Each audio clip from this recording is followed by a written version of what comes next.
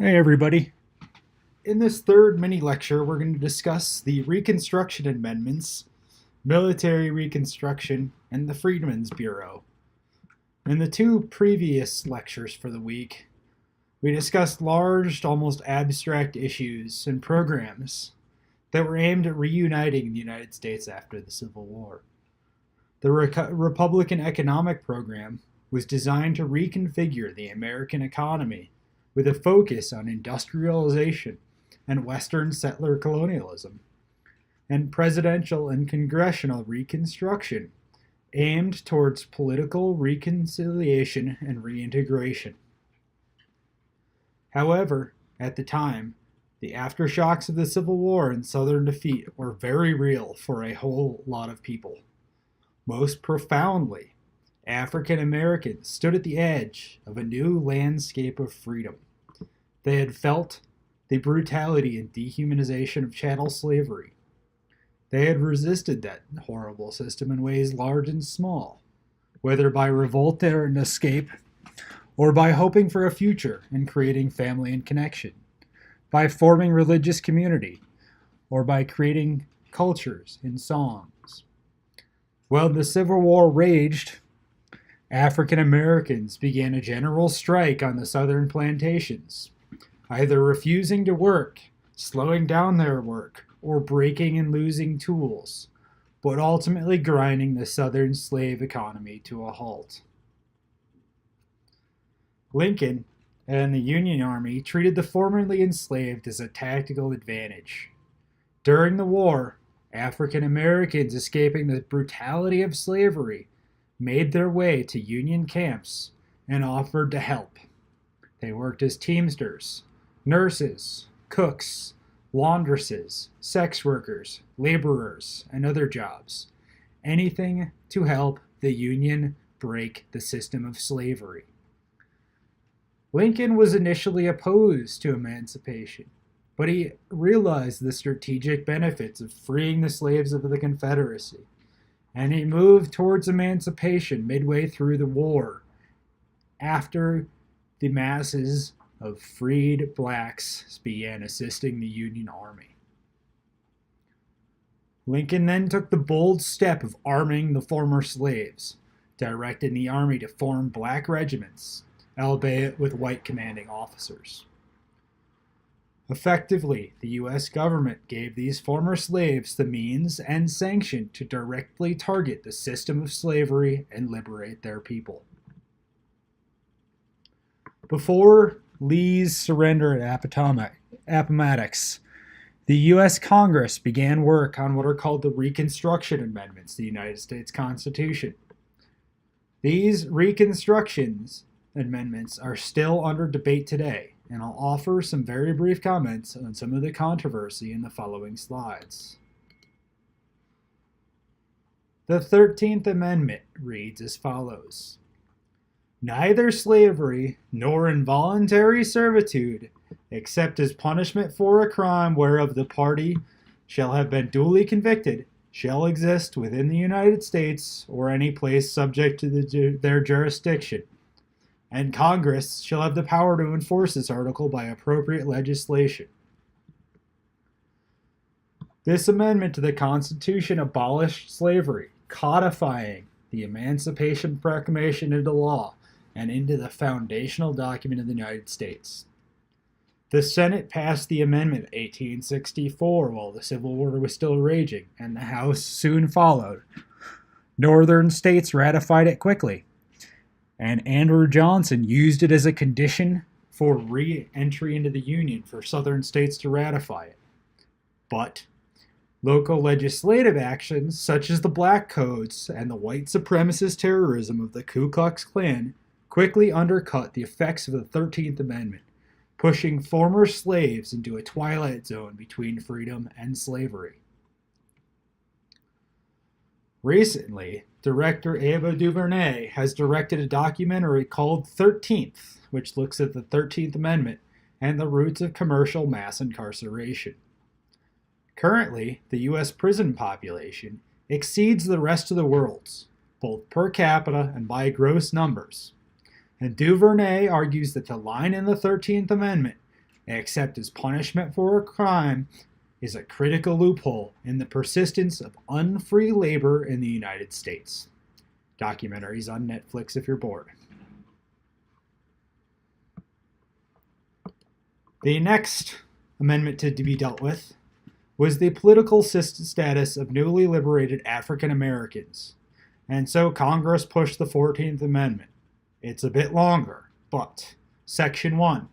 All persons born or naturalized in the United States and subject to the jurisdiction thereof are citizens of the United States and of the state wherein they reside. No state shall make or enforce any law which shall abridge the privileges or immunities of the citizens of the United States. Nor shall any state deprive any person of life, liberty, or property without due process of law, nor deny to any person within its jurisdictions the equal protection of the laws. This section of the 14th Amendment is among the most consequential, and in recent day has been referred to as the Birthright Citizenship Clause.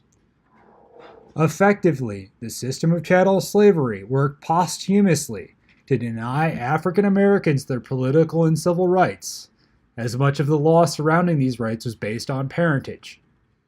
Slavery severed those bonds violently. The 14th Amendment worked around this by granting citizenship to any who were born within its borders. This section also contains the Due Process Clause, which dictates the limits of the government's power and guarantees, quote, any person, unquote, of due process in their dealing with the government and of equal protection under the law. Now, if you want a window into how this Reconstruction Amendment is still somehow a subject of controversy, run a search for the phrase birthright citizenship on news.google.com. The recent discourse around immigration has enabled opponents of the provisions of the Reconstruction Amendments, passed in the 1860s and 70s, to question them. Section 2. Representatives shall be apportioned among the states according to their respective numbers, counting the whole number of persons in each state, excluding Indians not taxed. But when the right to vote at any election for the choice of electors for President and Vice President of the United States, representatives in Congress, the executive and judicial officers of the state, blah, blah, blah, blah, blah, is denied to any of the male inhabitants of such state being 21 years of age and citizens of the United States or in any way abridged, except for participation in rebellion or other crime, the basis of representation shall be reduced in proportion to the number of such male citizens. So this is effectively overturning the 3/5 clause of the Constitution codified in its drafting. In the 1780s, the U.S. was attempting to draft a constitution and argued about how to apportion legislative seats when a large portion of the southern population was held as property and considered less than human. It's not over yet. The 14th Amendment's a long one. Section 3. No person shall be a senator or representative, blah, blah, blah, blah, blah, who has engaged in insurrection or rebellion against the same, or given aid or comfort to enemies thereof. But Congress may vote by a 2/3 vote of each house to remove such disability. This one is pretty straightforward. No bloody treasonous Confederates in Congress or the presidency unless we decide to forgive them. Take that, Andrew Johnson. Section 4. The validity of the public debt of the United States, authorized by law, including debts incurred for payment of pensions and bounties for services in suppressing insurrection or rebellion, shall not be questioned. But neither the U.S. nor any state shall assume or pay any debt or obligation incurred in the aid of insurrection or rebellion against the United States, or for any claim or loss or emancipation of any slave, but all such debts, obligations, and claims shall be held illegal and void. So effectively, the U.S. was going to pay its war debts, but the U.S. was not going to pay a single copper penny of the Confederate debt, and it was most certainly not going to pay for compensation to former slaveholders for the human beings that they considered property. Section 5, we can enforce this if we want to. We have a large army and we recently defeated yours. The third and final Reconstruction Amendment, the 15th Amendment, states the right of citizens of the United States to vote shall not be denied or abridged by the United States or by any state on account of race, color, or previous condition of servitude. And again, Section 2, we can enforce this.